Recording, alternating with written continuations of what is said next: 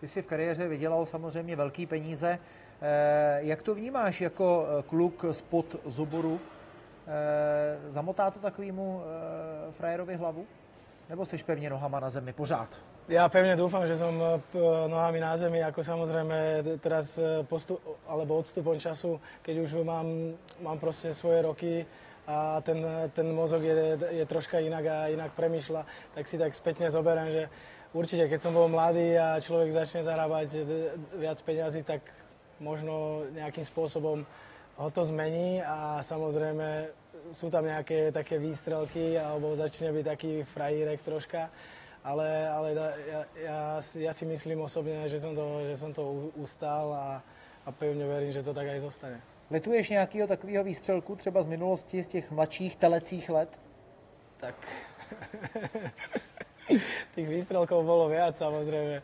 A či lutujem, neviem, teraz si presne neviem spomenúť. Samozrejme, sú veci, ktoré človek lutuje, ale už teraz to nezmeníme, takže keď na to spomínám, tak už teraz je to také srandovné, no a aspoň mám na čo spomínať. A když jsme byli u těch financí a peněz, co byl takový ten největší výstřelek, řekněme, co ti udělalo největší radost, taková ta v úzovkách typická fotbalová věc, drahá kára nebo luxusní hadry, hodinky?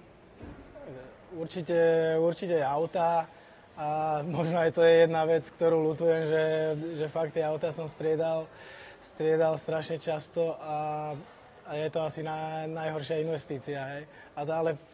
A to je presne tá vec, ktorú som hovoril, že vtedy človek nad tým tak nerozmýšľa, ale teraz, keď si to zoberiem odstupom času, tak už by som to neurobil. Sice aj teraz mám niekedy také chuťky, že by som si kúpil nové auto, ale potom hodím rukou a proste radšej tie peniaze inak investujem. Tak jaký bylo tvoje nejdražší auto, který jsi měl v kariéře?